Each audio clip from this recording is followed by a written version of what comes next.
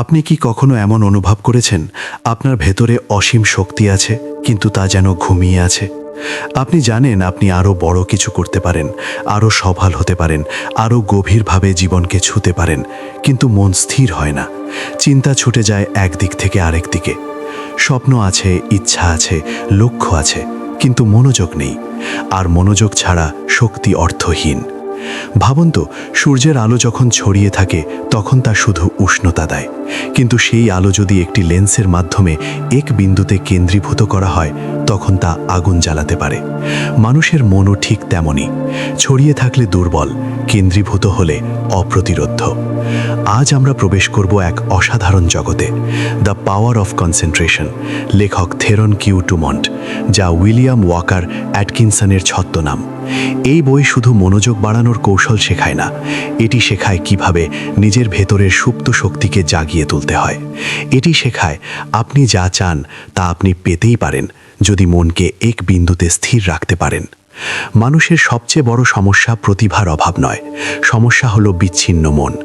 আমরা একসাথে অনেক কিছু করতে চাই, ফোন, সোশ্যাল মিডিয়া, ভয়, উদ্বেগ, অতীতের অনুশোচনা, ভবিষ্যতের দুশ্চিন্তা, সব মিলিয়ে আমাদের মন যেন এক বিশৃঙ্খল বাজার। অথচ সাফল্য চায় নীরবতা, সাফল্য চায় একাগ্রতা। এই বইয়ের মূল বার্তা স্পষ্ট, মন হলো এক শক্তিশালী যন্ত্র, কিন্তু যন্ত্রকে ব্যবহার করতে না জানলে তা কোনো উপকার করে না। মনকে নিয়ন্ত্রণ করতে শিখতে হবে। প্রথম ধাপ হলো সচেতনতা। আপনি কখন মনোযোগ হারান? কি আপনাকে বিভ্রান্ত করে? কোন পরিস্থিতিতে আপনার মন দুর্বল হয়ে পড়ে? একটি সহজ অনুশীলন ভাবুন। একটি ঘড়ির টিকটিক শব্দের দিকে পুরো মনোযোগ দিন। প্রথম 10 সেকেন্ড সহজ মনে হবে, কিন্তু 30 সেকেন্ড পর আপনার মন অন্যদিকে চলে যাবে। এটাই বাস্তবতা। মন স্বাভাবিকভাবে ছুটে বেড়ায়, তাকে প্রশিক্ষণ দিতে হয়। কনসেন্ট্রেশন মানে শুধু পড়ার সময় মনোযোগ দেওয়া নয়, এটি জীবনের প্রতিটি ক্ষেত্রে প্রযোজ্য। যখন আপনি কারো সাথে কথা বলেন, আপনি কি সত্যিই শুনছেন, নাকি শুধু উত্তর দেওয়ার জন্য অপেক্ষা করছেন? যখন আপনি কাজ করেন, আপনি কি পুরোপুরি তাতে ডুবে যান, নাকি মাঝপথে মোবাইল চেক করেন? মনোযোগ হলো শক্তি। যেখানে মন যায়, শক্তি সেখানে প্রবাহিত হয়, আর যেখানে শক্তি যায় সেখানেই ফলাফল তৈরি হয়। বইটি শেখায় ইচ্ছা শক্তি এবং একাগ্রতা পরস্পরের পরিপূরক। আপনি যদি মনকে নিয়ন্ত্রণ করতে পারেন, তাহলে আবেগকেও নিয়ন্ত্রণ করতে পারবেন। রাগ, ভয়, হতাশা এসব মনোযোগের মাধ্যমে দুর্বল হয়ে যায়, কারণ এগুলো টিকে থাকে আমাদের অচেতন মনোযোগে। একটি গভীর সত্য হলো, আমরা যা নিয়ে বারবার ভাবি, আমরা তাই হয়ে উঠি। যদি আপনি প্রতিদিন ভয় নিয়ে ভাবেন, ভয় আপনার চরিত্র হয়ে যাবে। যদি আপনি আত্মবিশ্বাস নিয়ে ভাবেন, আত্মবিশ্বাস আপনার পরিচয় হয়ে উঠবে। এই বইয়ের একটি শক্তিশালী শিক্ষা হলো মানসিক চিত্রায়ন। আপনি যা চান সেটিকে স্পষ্টভাবে কল্পনা করুন। শুধু কল্পনা নয়, অনুভব করুন। দেখুন আপনি সেই লক্ষ্যে পৌঁছেছেন। অনুভব করুন সেই সাফল্যের আনন্দ।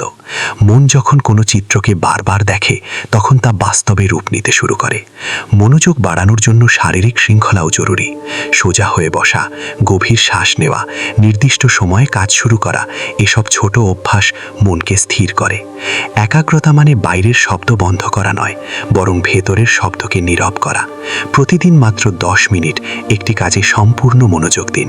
কোনো বিভ্রান্তি নয়, কোনো নোটিফিকেশন নয়, শুধু আপনি এবং আপনার কাজ।